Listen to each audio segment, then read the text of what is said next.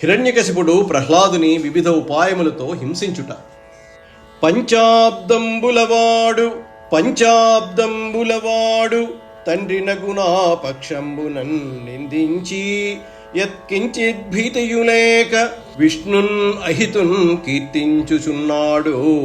వల్దంచున్ చెప్పిన మానడు అంగమున పుత్రాకారతన్ వ్యాధి జన్మించిన్ వీని వధించి రెండు తనుజుల్ మీ పొటుత్వంబులన్. ఓ రాక్షసులారా, వీడేమో అంతా చేసి 5 ఏళ్లవాడు. చూడండి, కన్న తండ్రినైన నన్నే ఎదిరిస్తున్నాడు. నన్ను లెక్క చెయ్యకుండా, అదురు బెదురు లేకుండా నా ఎదుటే శత్రువైన హరిని పొగుడుతున్నాడు. వద్దురా కన్నా అని చెప్పినా వినిపించుకోవటం లేదు.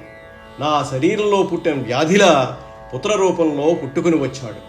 అందుచేత మీరు ఈ ప్రహ్లాదుని తీసుకువెళ్ళి వధించి రండి, మీ పరాక్రమాలు ప్రదర్శించండి అని ఆదేశించి ఇంకా ఇలా అంటున్నాడు హిరణ్యకశిపుడు.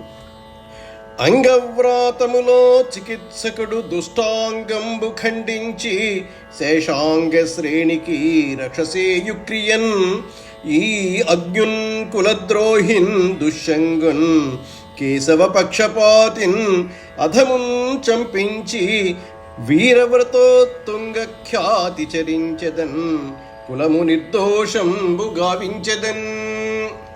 శస్త్రవైద్యుడు వ్యాధి కలిగిన అవయవమును ఖండించి మిగిలిన అవయవాలను రక్షించి శరీరానికి ఆరోగ్యం కలిగిస్తాడు.